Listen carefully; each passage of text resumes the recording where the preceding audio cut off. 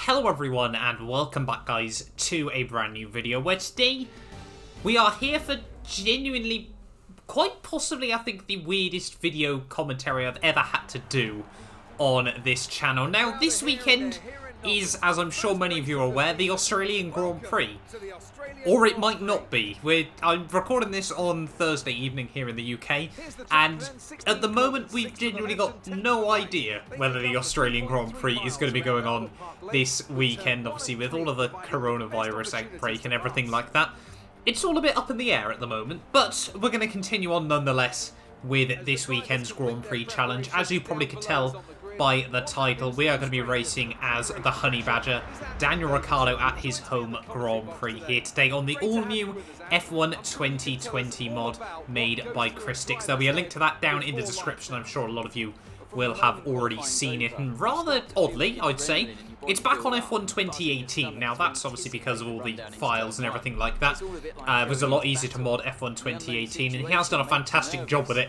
So, it looks like, yeah, we're going to be jumping back onto F1 2018 for a few videos here and there over the coming weeks. But obviously, if you guys are new around here as well, do make sure you get yourselves subscribed for more F1 2020 content coming to the channel over the coming weeks and months. Now, moving on then into this one, it is going to be a last question mark challenge, and having a look at the grid, it is Vettel on pole ahead of Valtteri Bottas, who joins him on the front row.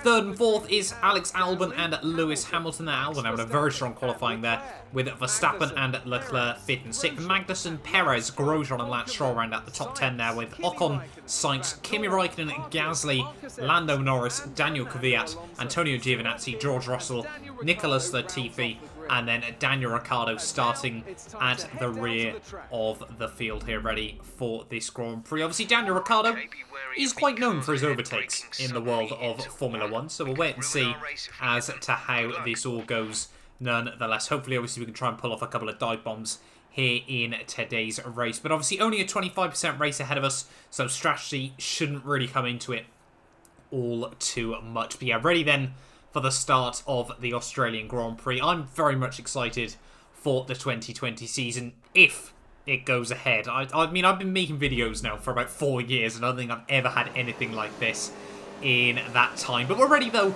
on the grid for the Australian Grand Prix. The 5 lights are coming on now, and it is lights out, and away we go here for the last question mark challenge. Not getting off to a particularly great getaway, but not really remembering how to start the cars on F1 2018. Down in towards turn 1, you can see Latifi and George Russell there just in front of us as we head through turn 1. A wall of Williams as we head through the first couple of corners here. So no progress made up through turn 1 there. A bit of debris, carbon fibre being kicked up by a couple of cars here as we're going to try and get up the inside of a few drivers there. Danny Kvyat even, I should say, making a bit of contact with us as we head through turn 3 and turn 4 there. But we do make the move work up the inside through turn 5. Then we're now up into P16 of the Australian Grand Prix there. So a good little start to the Grand Prix here. And next up on the old pit list would be Pierre Gasly here, going side by side actually with Lando Norris through the final couple of corners of lap 1 there. We try to have a bit of a look up the inside there, a bit of contact with Gasly's rear end through the final corner there. We give Lando Norris the room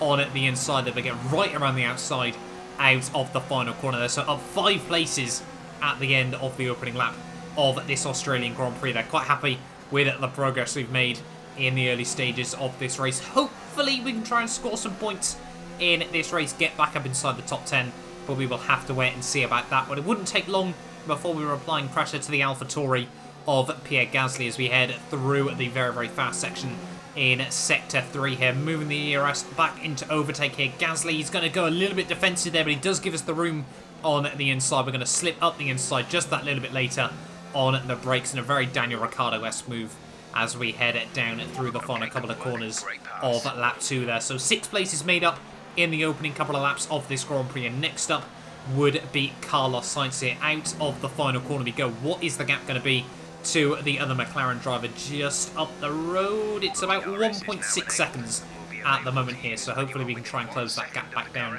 over these next couple of laps here. You can see already the field started to spread out just a little bit here. Carlos Sainz, we would be applying pressure to him on the end of lap 4 there, and he'd actually make the move very, very easy for myself here. Now up into P13 of the Grand Prix here, and yeah, interesting to see At the moment, the only team confirmed not to be racing is McLaren. Obviously, I hope the person in the team that does have coronavirus obviously does make a speedy recovery nonetheless there. And whether we'll see them if the Bahrain Grand Prix, Bahrain Grand Prix should be going ahead next weekend, but obviously with everything going on at the moment, you never really can guarantee anything in the world of motorsport there. But yes, very much hope that the person within the McLaren family that has been diagnosed with the coronavirus does have a speedy recovery and everyone does remain safe. But anyway, though, moving back into this race here, Kimi Räikkönen now end of lap 5. He's actually going to go a bit more defensive on us. We're going to have a look around the outside of the Alfa Romeo here. Try to make the move work there. Dip a wheel actually on the grass. It's going to ruin our run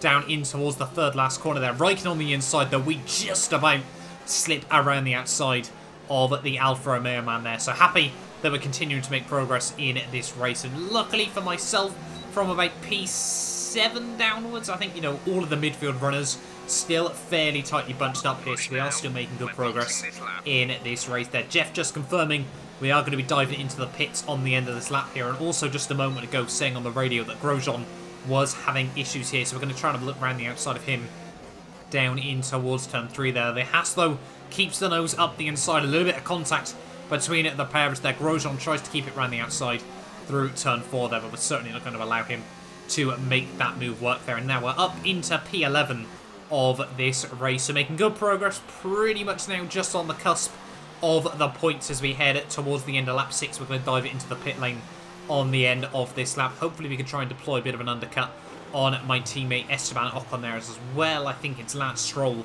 who is out still in the Racing Point car here. But down into the pits we go. Hopefully we can just get a nice, clean, tidy pit stop there. A little bit of a hold from a couple of cars. That allows, I think that's Sergio Perez, to make a little bit of a bigger gap over ourselves. But now we need to try and get on with it as we head out of the pit lane. May have pressed the wrong button there. We might have got our binds a little bit wrong here on F1 2019. And now just that typical spam of trying to work out which button was the correct one to press there. So we've lost a little bit of time through that as well. But obviously we'll continue on in this race here. And hopefully by the end of the lap, the tyres will be back up to temperature and we can continue pushing on in the second half of this Grand Prix. Through the final corner then of lap 7, obviously pretty much everyone else now is diving into the pit lane here. So we are going to move back up a few places. There is Kimi Räikkönen coming out of the pit lane there. So we haven't lost anything. We haven't really gained anything either. I think we've gained a bit of time though on my teammate Esteban Ocon. So hopefully we can try and make our way past our Renault teammate in this Grand Prix. And Esteban Ocon, yeah, certainly someone I'm excited to see in 2020. Really, really intrigued to know what he can do relative to Daniel Ricciardo here. He's make a bit of a mistake through the car park section here. That's going to cost us a little bit of time, but we're still sitting close to our French teammate here. So we've got Lance Stroll not far at the road ahead of him. Hopefully we can try and get past these guys as quickly as possible here. On to lap 8 we go, end of lap 8. You can see Ocon now trying to apply the pressure to Lance Stroll there. That's going to force the Canadian a bit defensive through turn 1 there. They both sort of trip each other over there. We're going to be able to get the move done around the outside. A little bit of wheel-to-wheel contact between myself and Ocon here. Yellow flags out. That's Alexander Albon pulling to the side of the racetrack there. No idea what's happened to the Red Bull man. Seems to be a fairly typical engine failure there. So not quite the end to the Australian Grand Prix that Albon wanted on his full season debut with the Red Bull team there. But yeah, good news for me though.